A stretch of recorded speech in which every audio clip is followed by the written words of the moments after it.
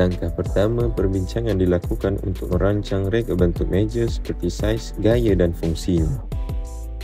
Bahan yang diperlukan ialah pensel, kayu dan juga pita pengukur. Tentukan panjang yang diinginkan dan tandakan pada kayu untuk memudahkan proses potongan. Sebelum memotong kayu, pastikan anda memakai pelitup muka dan cermin mata keselamatan. Gunakan apit untuk memastikan kayu tidak bergerak semasa melakukan potongan dan pastikan sudut adalah 45 darjah. Seterusnya, kita cantumkan bahagian bingkai kayu.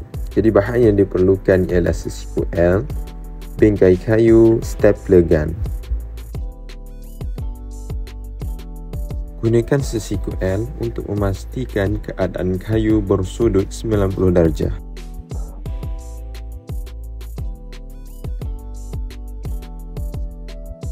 Untuk kaki meja, bahan yang diperlukan ialah paku, nail gun dan juga beberapa kayu. Ukur panjang kayu yang diinginkan menggunakan pensel dan pita pengukur. Kemudian tandakan.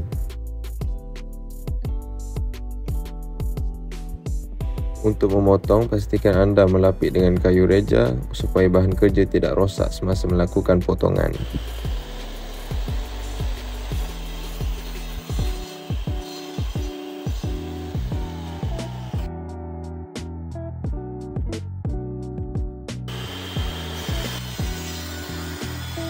Pastikan ketinggian bagi setiap kaki meja adalah sama.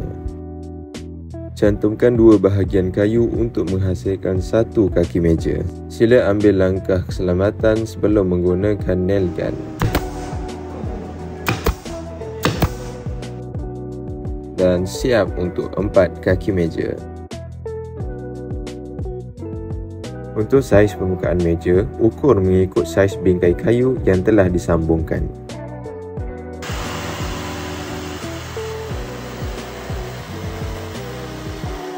Setelah selesai menghasilkan kaki meja, permukaan meja dan juga bingkai meja, kita pergi kepada peringkat seterusnya iaitu proses pencantuman.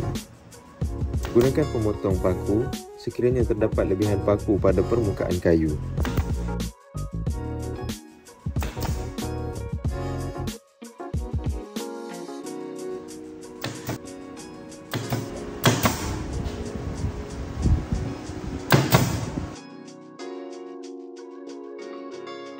Akhir sekali, untuk proses kemasan, bahan yang diperlukan ialah tepung penyumbat dan pengikis. Kaedah ini digunakan untuk menutup bahagian lubang kecil pada permukaan kayu. Haluskan permukaan meja menggunakan sanding machine. Langkah ini penting untuk buang permukaan kasar dan tajam supaya meja lebih selesa untuk digunakan.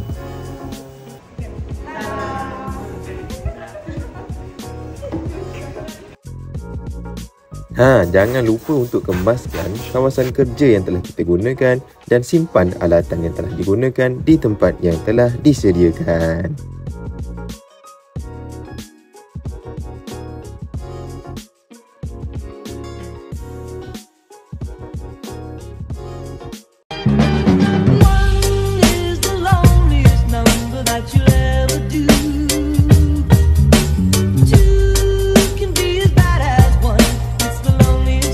Since